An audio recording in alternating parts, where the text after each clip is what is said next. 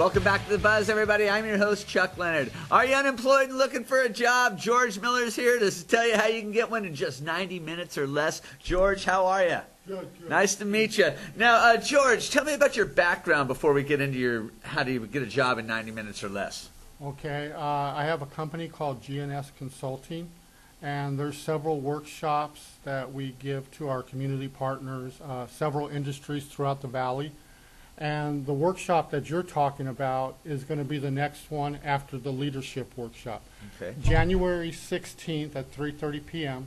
I'm going to be giving a workshop in Lemoore for the Chamber of Commerce on leadership and communication.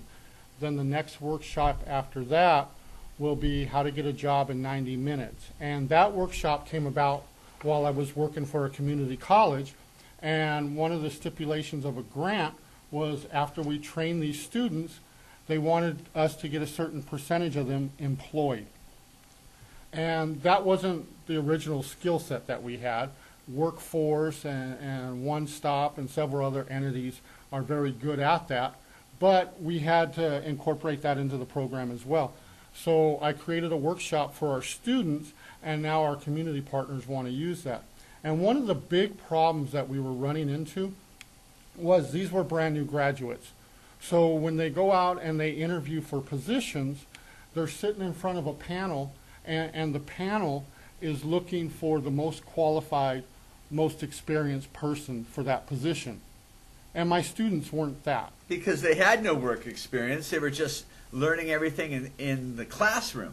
Yes. And they didn't have the knowledge that someone that had been in the field for a while would have, and probably not the answers in the interview that they needed to have. Yes. So what we did is the only way we could come up with so they would be successful in those interviews is we had to change the script. We needed to change what the panel was looking for. So we started, and this is one example. We teach several things over the 90 minutes, okay, but I'll give you one example. We taught the students to tell their story. Because they are looking for the most experienced and the most qualified, the student has to tell the story and change what that panel is looking for. And I'll give you one example of what a student did. She's walking through the lobby, and she's extremely intimidated because she sees that everybody out there has got experience already. They're confident in what they're doing. Yes, and so she gets in there, and she does well with the interview. But when the interview ends, they ask, "Do you have any questions for us?" And she goes, "Well, this isn't really a question. This is more a statement. I was in the lobby. I saw my competition. I know that there's people out there more experienced than I am. But let me share something with you. A lot of the people out there are from LA, San Francisco, Sacramento. My grandparents raised my parents here in the Central Valley. My parents raised me here in the Central Valley. I'm raising my children here in the Central Valley. If you hire me, I will do the best possible job I can for you, and I will stay here till I retire, because this is my home." And she got that position. Man, I was ready to hire you right now, George. You're a closer. Yeah. And that's just one example. Everybody has a story to tell. I had another young lady. She was applying for a nursing position, and she went in there, and she was the least experienced candidate, but she went in there with the portfolio, and in the program we teach them how to build a portfolio. It's not just a resume. So they go in there with a complete portfolio, and there's several things in the portfolio. They have their reference letters, they have their resumes, excuse me, any accomplishments that they've achieved in life. And someone asked, why would you have that? Like one of the girls, they won a softball championship. And the reason why that's show you're a winner. Yes, and the reason why that's so important is because in college, a lot of times programs don't teach teamwork. And when you graduate, now you're going to be part of a team. So by having that in your portfolio, it shows that you could work together on a team to accomplish a goal. Another thing we have the students do is they already make all the copies ahead of time. Because what happens is if someone sees something in that portfolio and they want to get up, oh, let me go make a copy of this, let me go make a copy of that. So we have the students already have all the copies made, so while they're looking through the portfolio, here's the copies. Be prepared.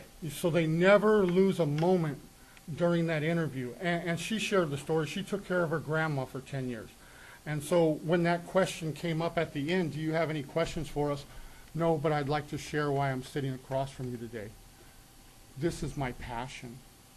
Yes, I just graduated a program in college, but prior to that, I took care of my grandmother for 10 years, and I knew this is the field that I want to be in. And I know what you do. I know the mission and vision of this company, and I know what you've done for the community, and I want to be part of your team. And she got that position. So there's a lot of things that we cover over those 90 minutes, and those are just a couple examples. And again, just things that you don't really learn in college. Yes, yes. Some of the Job Corps and One Stops cover some of this, but we really go in depth in those 90 minutes, and then we also give them an opportunity to play through the scenarios. And so role playing? Yes. So they get to experience that stress of being in front of that panel. Another thing that our company does, like I said earlier, is we cover leadership and communication and team building workshops. And one of the reasons why is because companies want people to work as a team. But a lot of times, unless you played sports or you were prior service, a lot of people graduate college and they've never been part of a team. And the team... A lot of people graduate college just from showing up, George.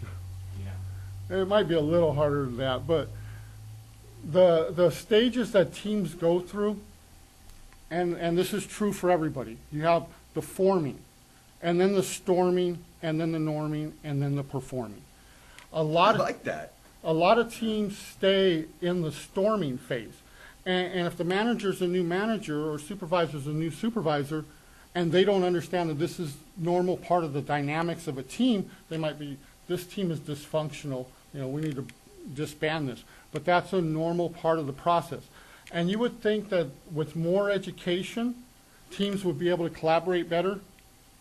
That's not exactly true, because a lot of times, I know. A lot of times what happens is the more educated the team members are, a lot of times they're accomplished in their own rights.